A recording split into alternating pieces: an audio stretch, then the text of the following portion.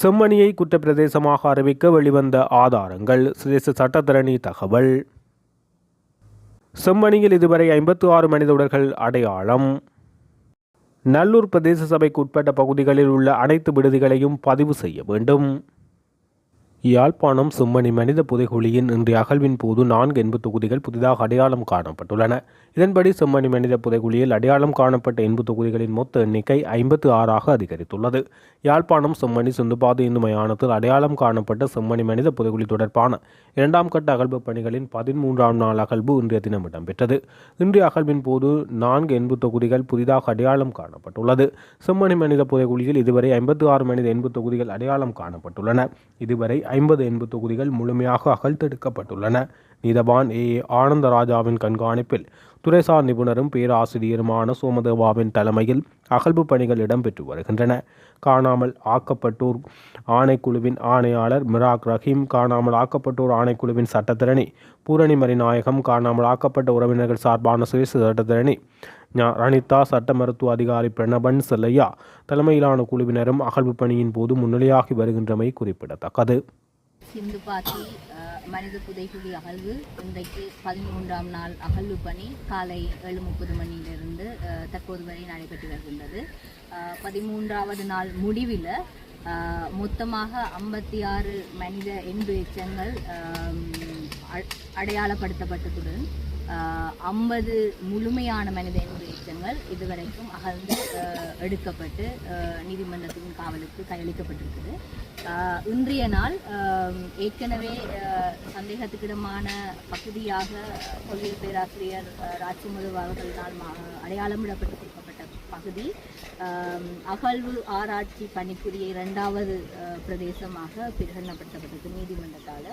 ஏற்கனவே ஆரம்பிக்கப்பட்ட பகுதி அகழ்வு ஆராய்ச்சி பகுதிக்கான 1வது இடமாகவும் சந்தேகத்துக்குரிய பகுதி துப்புரவாக்கப்பட்டு அதிலிருந்து 3 மனித எச்சங்கள் அடையாளப்படுத்தப்பட்டிருக்கிறதால அந்த பகுதி அகழ்வு ஆராய்ச்சிக்கான 2வது பகுதியாகவும் பிரகடனப்படுத்தப்பட்டுள்ளது. அடையாளப்படுத்தப்பட்ட 3 எண்பு அச்சங்கள் துப்புரவாக்கப்பட்டு விடுபடும். நாளைய தினத்திலிருந்து அந்த இலக்கமிடல் என்பது ஆரம்பமாகும். அந்த அகழ்வு ஆராய்ச்சி பணிக்கான 2வது பிரதேசத்தில் அடையாளம் காணப்பட்டது 4 மனித எண்பு அடையாளம். நேற்றைய தினம் சொன்னீங்க எலும்பு தொகுதி குவியலான எலும்பு தொகுதி குவியல் என்றது சொல்கிறது குழப்பமான நிலையில் கலந்து போடப்பட்ட பகுதியை தான் எலும்பு தொகுதி குவியல் என்று சொல்கிறது. அதை நீங்கள் தனி மனித எண்பு எச்சங்களாக இலக்கத்தில் கொண்டு வரீங்க. அதனால தான் அது எலும்பு குவியல் தொகுதிகள்னு சொல்லுவது.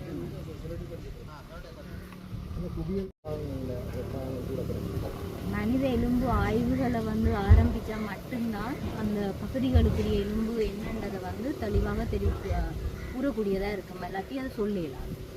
நேற்று இனங்காணப்பட்ட பொருட்கள் ஏதாவது எடுக்கப்பட்டிருக்கு? இனங்காணப்பட்ட பொருட்கள் என்று சொல்ல வேண்டிய ஏற்கனவே ஒரு மனித எலும்போடு சேர்ந்த துணிகள் மற்றது சப்பாத்து போன்ற பொருட்கள் அடையாளப்படுத்தப்பட்டு வச்சிருக்குது. அதை இன்னும் அகழ்ந்து எடுக்கல, நிலத்திலேருந்து பிரித்தெடுக்கல. அநேகமாக இன்றைக்கு பிரித்தெடுத்துருவாங்கன்னு நினைக்கிறேன். அப்போ நாளைக்கு உங்களுக்கு அது தொடர்பான மேலதிக தகவலை தரக்கூடியதாக இருக்குது. இப்போ 50க்கும் மேற்பட்ட எலும்பு தொகுதிகள் அடையாளம் காணப்பட்ட நிலையில் இதென்று பரிசோதனைகள் எப்போது ஆரம்பிக்கப்படும்? தனித்தனியாக இது யாரோட இதற்கு எப்படி அந்த பரிசோதனைகள் எப்போது ஆரம்பிக்கப்படும்? அது எதுவும் சொல்லக்கூடியதாக இருக்கும்? மனித எலும்பு ஆய்வு என்றது தொடர்பான விஷயத்தில் எனக்கு உங்களுக்கு கருத்து சொல்லலாது. ஏனென்றால் அது தொடர்பான நிபுணர் மாத்திரமே அது தொடர்பாக உங்களுக்கு கருத்து சொல்லலாம். சட்ட ரீதியான நடவடிக்கைகளில் அல்லது எடுக்கிற எலும்புகள் மற்றது மாதிரிகள் அல்லது ஏனைய எச்சங்களினுடைய கட்டுக்காவல் தொடர்பான விஷயம் எனக்கு அது தொடர்பாக கருத்து சொல்லணும்.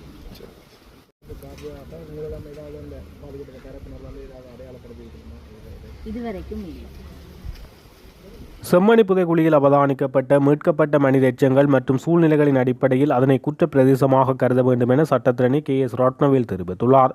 சிதிலங்கள் நிலமட்டத்திலிருந்து 1.5 அடி தொடக்கம் 2 அடி ஆழத்திலேயே புதைக்கப்பட்டுள்ளது எனவும் புதைகுழிக்குள் பல அசாதாரண சூழ்நிலைகள் காணப்படுகின்றது எனவும் அவர் தெரிவித்துள்ளார்.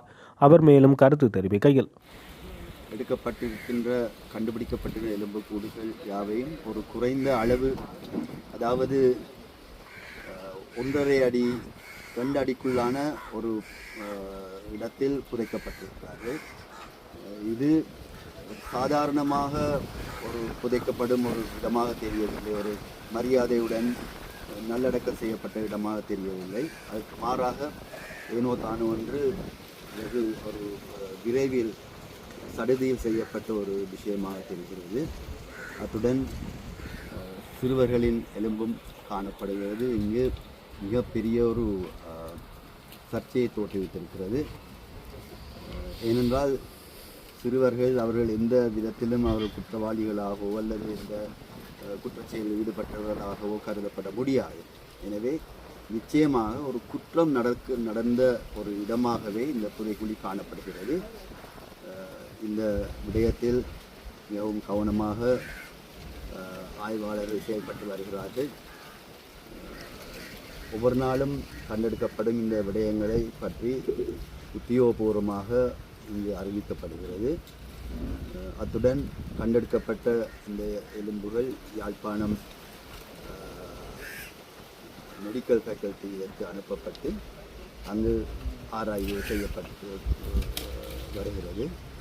எனவே இவையெல்லாம் மிக நுட்பமாக உத்தியோகபூர்வமாக நன்றாக நடக்குது என்றுதான் நாங்கள் கூற வேண்டும். இது இன்றைய 12வது நாள். இன்னும் பல நாட்கள் இந்த விடயம் நடைபெற இருக்கிறது. இதற்கு சகலுடைய ஒத்துழைப்பின் தேவை. மதிப்புக்குரிய யாழ் நீதவான் இதற்கு பொறுப்பாக இருக்கிறார். இந்த அகழ்வு நாளையும் தொடரவிருக்கிறது. இந்த வழக்கினுடைய முறைப்பாட்டாளரான கிருபாகரன் சார்பில் இந்த வழக்கிலே ஆஜராகின்றோம். உண்மையில் இந்த சிந்து பாத்திமாயனத்திலே ஆரம்பத்தில் தகன மேடை அமைக்கப்பட்ட பொழுது சில எலும்பு பாகங்கள் கண்டெடுக்கப்பட்டது. அந்த பணியாளர்கள் அந்த விடயத்தை அரசு அதிகாரிகளினுடைய கவனத்துக்கு கொண்டு சென்ற பொழுது அவை மாட்டெலும்புகள் என்று கூறி இந்த புதைகுழியை மூடி மறைப்பதற்கான முஸ்தீபுகள் ஆரம்பத்திலே எடுக்கப்பட்டது. அதற்கு எதிராக கிருபாகரனால் போலீஸ் நிலையத்தில் முறைப்பாடு வழங்கப்பட்டு நாங்கள் நீதிமன்றத்திலே ஆஜராகித்தான் இந்த வழக்கு ஆரம்பிக்கப்பட்டது. ஆனால் இடையிலே பல திசை திருப்பல்கள், இந்த வழக்கை திசை திருப்புவதற்கான முஸ்தீபுகள் மேற்கொள்ளப்பட்டு அதனுடைய இறுதி கட்டமாக இப்பொழுது முறைப்பாட்டாளருக்கும் பல்வேறுபட்ட அச்சுறுத்தல்களும் இடையூறுகளும் பல்வேறுபட்ட தரப்புகளால் மேற்கொள்ளப்பட்டு வருகிறது. அதை தாண்டித்தான் இந்த புதைகுழி அகழ்வு பணியை மேற்கொள்வதற்கு நாங்கள் எங்களுடைய ஒத்துழைப்புகளை வழங்கி வருகிறோம். இதிலே நாங்கள் ஊடகங்களுக்கும் மக்களுக்கும் தெரிவிக்கின்ற விடயம் என்னவென்றால், இங்கே தோண்டப்பட்டு கொண்டிருப்பது மாத்திரம் புதைகுழி அல்ல, இது ஒரு அடையாளம். இதை தாண்டி இதை சுற்றி பல்வேறுபட்ட புதைகுழிகள் இருக்கலாம் என்று நாங்கள் உறுதியாக நம்புகின்றோம். அவையும் கிளறப்பட வேண்டும் என்றால் ஒட்டுமொத்த நீதிக்கான குரல்கள் பாரிய அளவில் வெளிக்கிளம்ப வேண்டும். இந்த விடயத்தை நாங்கள் மக்களுக்கு இப்பொழுது தெரிவிக்கின்றோம். ஏனைய விடயங்களை வெகு விரைவில் ஆதாரங்களோடு மக்கள் மன்றத்திலே அம்பலப்படுத்துவோம். நன்றி. தனியான முறைப்பாடுகள் எதுவும் பதிவு செய்யப்பட்டிருக்கா? உண்மையை சொல்லப்போனால் முறைப்பாடுகள் எந்த நிலையங்களுக்கு வழங்கப்பட வேண்டுமோ அந்த நிலையங்களுடைய உயர் மட்டங்களால் தான் அச்சுறுத்தலை வழங்கப்படுகிறது. இதனால தான் நாங்கள் ஈழத்திலே அரங்கேறின இனப்படுகொலைக்கு மீண்டும் மீண்டும் சொல்லி வாரம் சர்வதேச விசாரணை ஒன்று மாத்திரம்தான் எங்களுக்கு தீர்வாக அமையப்பெற முடியும் என்று நாங்கள் மீண்டும் மீண்டும் வலியுறுத்துகிறோம். இந்த இடத்திலையும் அதை நாங்கள் மீண்டும் வலியுறுத்துறோம்.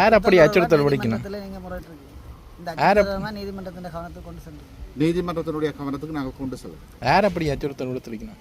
அது பற்றி ஏனைய விடயங்களை முறைப்பாட்டாளர் உங்களுக்கு நேரடியாக தெரியப்படுத்துவார். இந்த இடத்துல சர்வதேச அமைப்புகள், சர்வதேச சமூகத்தின் கண்காணிப்பு இதில் இருக்க வேண்டும் என்ற சம்பந்தமாக முறைப்பாடுகள் சார்பில் நீங்கள் கோரிக்கை வச்சுருக்கீங்க நீதிமன்றம்?